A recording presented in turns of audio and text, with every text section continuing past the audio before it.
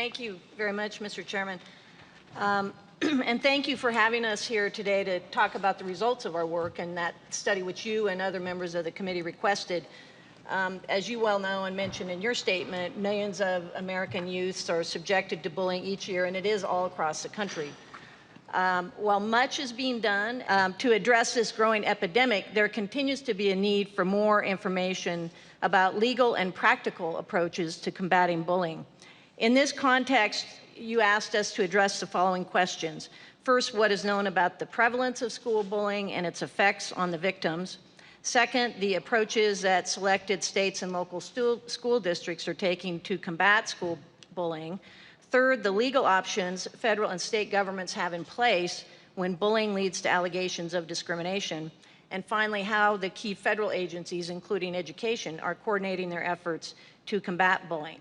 As you mentioned, we did just release our report. It's entitled School Bullying, Extent of Legal Protections for Vulnerable Groups Needs to be More Fully Assessed. And I think there were some copies made available of the report here. In this report, we address the questions I just mentioned, and we make recommendations to the Departments of Education, Health and Human Services, and Justice, who are all working on this issue together, to help address the issues that we identified in our work. Today, I'm just going to very briefly sum up our findings and the recommendations in that report. In addressing your first question, we found that bullying is indeed widespread, impacting somewhere between 20 and 28% of youth, and that it has, as you said, long-lasting and sometimes very detrimental effects on victims. However, data on who is being bullied and how often is limited and sometimes conflicting due to inconsistent definitions and demographic information collected in national surveys on school bullying. Federal agencies are currently working on developing a uniform definition of bullying, but have not yet decided whether to expand the type of demographic information gathered in their surveys. Because of this, we included a recommendation in our report that the three agencies work together to develop information in future surveys on the extent that youth in various vulnerable groups are in fact being bullied. Regarding the approaches that states and school districts are taking to combat bullying, we found that all 8 states that we selected for review had enacted anti-bullying laws, and all of the 6 school districts we reviewed had established anti-bullying policies and procedures. However, the states, as the Secretary just mentioned, the states all varied in how they define bullying, who they protected, and what they required the schools to do to address bullying. The 6 school districts we talked to told us about a range of different approaches they take to tackle bullying, including several an adoption of a framework for prevention-oriented framework that's geared towards improving overall behavior in schools. And several schools also sponsored events such as Rachel's Challenge and Ryan's Story that are geared towards promoting a positive overall culture in the school that can also help prevent bullying. As far as the legal options when bullying leads to allegations of discrimination, we found that federal and state civil rights laws offer some protections, but that vulnerable groups are not always covered, as was mentioned earlier. For example, federal agencies lack jurisdiction under civil rights statutes to pursue discrimination cases based solely on socioeconomic status or sexual orientation, as you were talking about earlier. And the civil rights laws in the 8 states we reviewed, while they often went beyond the protections afforded at the federal level, were mixed as to what classes of individuals were protected. Therefore, the extent of protections available under civil rights laws for bullying victims can literally depend on the state that they live in. And finally, Mr. Chairman, we found that despite all the good coordination efforts by Education, HHS, and Justice to carry out research and provide information to the public on bullying, there has not been information gathered on state civil rights laws as they relate to bullying. This information is key to understanding where there may be gaps in civil rights protections for students who are bullied, which is why we recommended that Education do a one-time compilation of state civil rights laws and procedures. Our recommended analysis of these legal gaps, paired with additional demographic information on the frequency of bullying of vulnerable groups, would be instrumental in helping policymakers determine whether additional actions are needed to protect vulnerable groups who are most often the target of school bullying. Thank you, Emily. As you were speaking, I thought about the calls that we receive at the Department of Education from parents and students about what they're experiencing and how difficult this is. I heard the term relentless, and I felt so alone. And we hear that, and it's so powerful. It's something that we really need to work on every single day. And that's really my job at the Department of Education. I'm really honored to be here today, Senator Harkin, and thank you everyone for the opportunity. I would really like to focus on 3 areas and be as brief as I can. We talked about the definition of bullying and how challenging that is that we don't have perhaps the federal definition, although we do appreciate at the stopbullying.gov site that we do have and follow a definition that helps us in our work. And that is that bullying is really unwanted, aggressive behavior among school-age children that involves a real or perceived power imbalance. The behavior is repeated.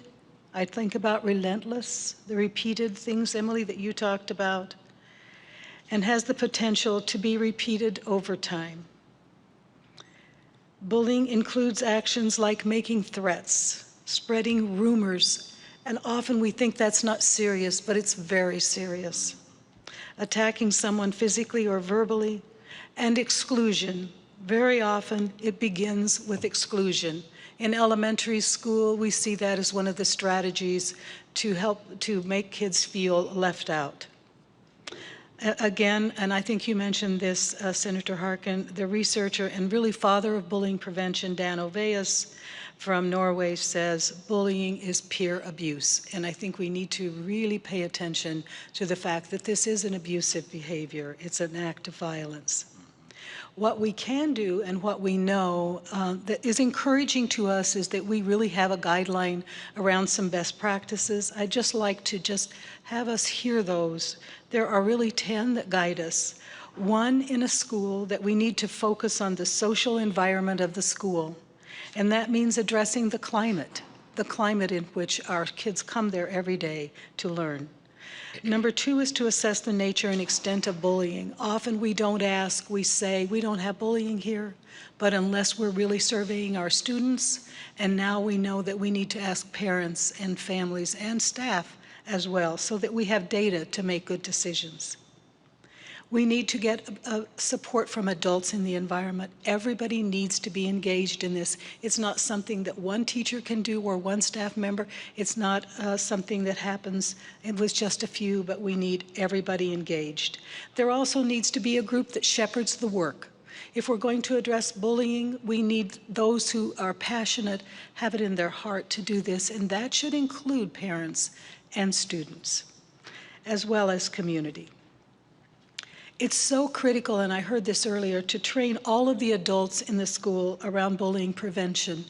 Getting everybody to join. When I hear Emily's story, I think we all need to join so that we can understand what this is, the harm that's caused.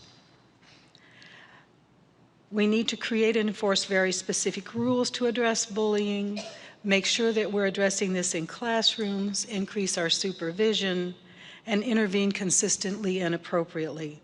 70% of teachers in a survey we know believe that they intervened almost always, while 25% of students believe that the teachers intervened almost always. So there's a real discrepancy in our perceptions. And then it all has to continue over time. What we're doing in Iowa very quickly is that we have been leaders in bullying prevention since 2004, even before our law was passed in 2007. We intentionally have 2 nationally certified trainers around bullying prevention and intervention in every area education agency, and with our Safe and Supportive Schools grant, there's someone who's assigned to each one of those schools to provide that. We've hosted ICN sessions, workshops, and webinars, continue to do that. We have ongoing guidance from our department attorney, Carol Greta. And again, through the grant, We have provided this last spring our first full-day intake and investigator training across the state of Iowa. We had 400 educators participate in that. We will continue that work. We know that when somebody tells you that something's happened, we need to pay attention to that. We are partnering with Iowa State Extension and outreach around in youth engagement for each one of our grant schools. So we have youth teams that are really there to help us really to understand and know what we can do to address bullying and to improve the climate overall. That's really what that's about. We've also partnered with the Iowa Pride Network in a Safe School certification program, which includes both an audit of the Iowa bullying law so that schools are meeting the components of the law, and then elements for addressing bullying more comprehensively in each of our schools. In the fall, we will launch at the Department of Education a refined data collection system from every school in the state of Iowa, which will give us much more information about all those categories that are in our Iowa law of students who may be bullied. And one consideration in closing for thinking about the future. All areas that support student learning, we call that learning supports in Iowa, and they need to receive the same level of priority in legislation and funding as reading, math, and other academics. School climate has a significant impact on the child and student's ability to learn. It's as important to know if a student is safe as it is to know his or her achievement scores. Thank you. Thank you, Senator, and thank you for hosting this event. I'm going to begin. Penny noticed that Emily used the word relentless. The word that struck me, Emily, when you used it over and over again was cool. Yeah. You weren't cool enough. You said that, I think, 4 or 5 times. Yeah, cool. I am here as the superintendent of schools from Sioux City, Iowa, to introduce you to one of our coolest graduates we've ever had. Oh, that's right. That's Emily. right. You're a graduate of that school. She's also a hero, as far as I'm concerned. But I do want to acknowledge to her that this community, in one way or another, failed you, and I'm certainly sorry about that. Senator, as you know, we've had a 12-year partnership with the Wade Institute for Violence Prevention. The Wade Institute was created by the founder of Gateway Computers. The Wade Foundation has partnered with our district to provide funding and curriculum and training around the area of bullying and violence in schools. We were originally approached by our partners at the Wade Institute recently to participate in a national documentary on bullying in the American schools, and our participation was to highlight some of the progressive programs and significant success of our work on bullying in our schools. You see, Senator, we became visible on a national stage because we were the first school district in the nation to create and implement a workplace bully prevention program for our staff members. We believe that in order to expect the best behavior from our students, we must make certain that we have policies and procedures in place to assure that our adults are also modeling the most positive behavior possible. I want to be clear, though, that the documentary filmmakers of this national film, now titled Bully, were quite honest with us, that they would also like to spend some time in our district looking for a specific student or situation where they could see the reality of bullying from the perspective of an individual who was bullied. And while we're not particularly proud of all that is presented in the documentary, we do celebrate that our district has some of the most progressive bully prevention programs available today. Yet we acknowledge that that work of art shows you, and I know you watched that recently, some of our dirty laundry, if you will, that related to the challenges of bullying in American schools. I believe that the end result of that documentary is a work of art that's compelling and emotional and challenging. I'm proud of our school board for stepping forward and having the courage to engage the national discourse on bullying, the most important topic of our day. We do continue to believe in the importance of community and national dialogue on the challenges of bullying. Our participation in this documentary has created some of the most rich and most meaningful discussion in our own community about what the entirety of the community can do to assist and support schools in our efforts to prevent bullying.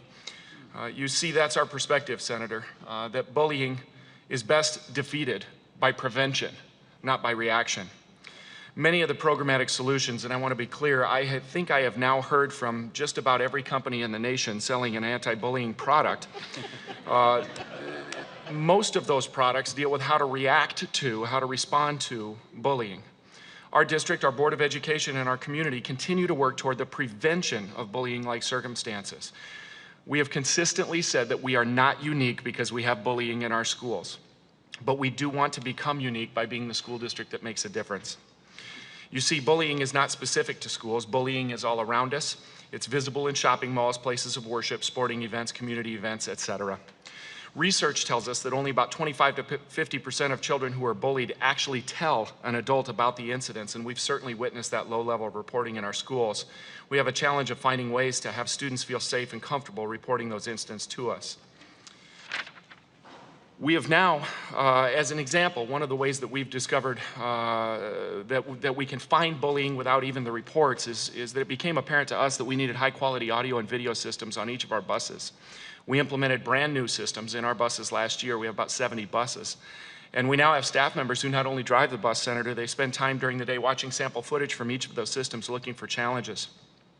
We have also now fully implemented some of the most progressive curriculum in the area of bully prevention education. Thank you to the Safe and Supportive Schools grants. The curriculum that we have is entitled Second Step for students in K through 8, a program where older high school students work with younger high school students titled Mentors in Violence Prevention, and a program in after-school activities titled Coaching Boys into Men. That's a program where we work with students to understand why they may be coached to be assertive or aggressive on a field of play, but that same level of assertive or aggressive behavior may not be acceptable in other areas of their lives. We have also made changes to our school board policies regarding bullying, hazing, and harassment, and those policies are not just documents, they are action items for us in our district. Finally, I would like to point out that I believe our biggest challenge of the day very likely deals with cyberbullying. The use of electronic devices and gadgets, the internet, to bully one another as a result of the anonymity offered or the lack of face time that gives bullies the opportunity to thrive. Senator, I encourage you to consider the many examples that are presented today, but don't stop just at the compelling nature of those immediate examples. Consider this as it truly is, an epidemic. It is bigger than a single person. It's bigger than a single staff member or a school building or a school district. It is our culture, and our culture must change. I regret that any student in any school district has a less than positive experience as a part of their education. I acknowledge that we in the Sioux City Community School District are, like many others, we're a district of continuous improvement. We know that we must study the data, we must listen to our customers and our constituents, and we must create meaningful change for the future. Thank you. Thank you very much. I really appreciate being asked to be here today. In 2008, I was working for Davenport Schools. I'd only been there for a couple of years, and after the legislation was passed in Iowa in 2007, the anti-bullying legislation, I became what I later learned was called annoying to administrators in our district because I was persistent in implementing an anti-bullying program. Because you see, even though people know that bullying happens and that educators know it happens, it seems to be sometimes that thing that we push aside. It's not easy to address. It's difficult, as a matter of fact, especially at a systemic level. So now here we are in 2012, and Davenport Schools has implemented the Oveus anti-bullying program in all 30 of our buildings, K-12. It was a very interesting process to do, and not every building is implementing at the same level. We have various levels of implementation, and that is evidenced by how schools respond to bullying. That's probably the best way to look at it, and also by our survey data, which we do survey on an annual basis. I have three points that I'd like to address specifically today. One, dealing with bullying is a complicated process. 2, zero tolerance is not effective. And 3, to truly address bullying in schools, we must include proper training and ongoing support to teachers, administrators, and others who work with children. And I think we've heard that from Penny as well. In talking about the Oveus anti-bullying program, which I'm just going to refer to it as Oveus now, it's not a curriculum. It's not a lesson that's taught in a classroom. It's a whole school approach. It's systems change. And it's looking at systems change from 4 different levels, that being school-wide, in the classroom, on an individual level, and at the community level. At the core of Oveus, there are 4 anti-bullying rules. I refer to them as the speed limit. Just because the speed limit is posted doesn't mean you're going to follow it, but boy, when you see the police officer in his car, you slow down. So I refer to the rules as the speed limit in our districts. One, we will not bully others. Two, we will help others who are bullied. Three, we will include those who are easily left out. And four, when we know someone's being bullied, we'll tell an adult at school and an adult at home and expect them to do something about it. In Davenport, we post those rules throughout the school and in every classroom. They're even posted at our football stadium and around local areas where students that attend our schools also go in the community and participate in youth events. Our community is very engaged in our anti-bullying program. We share this information with parents on how we're going to handle bullying in our schools. We give it to them at conferences, in newsletters. It's on our website. We survey our students on an annual basis, and that information is reviewed and then put together in a trend report so that parents, teachers, and students can see how we're doing in the area of bullying prevention. I can say that since we implemented, our first implementation school was 2008, we have seen a decrease in the number of bullying incidents that are being, in the number of students who are reporting being bullied. We see an increase in the number of incidents being reported, which we wanted to see. We want students to report it when it's happening. We've seen an increase in students reporting that adults intervene when they see bullying, and we've also seen an increase in the number of students who intervene and try to support their peers when they're being bullied. Davenport also started the Be Bully Smart campaign, and that is a grassroots community awareness campaign on bullying that we have engaged our police department, our Park and Recs department, Big Brothers Big Sisters. We've trained their staff, and then they in turn are able to endorse and support our program and anti-bullying in the community. Zero tolerance is not effective. And I want to read here that the definition of zero tolerance is that it's usually bringing the maximum punishment for every transgression.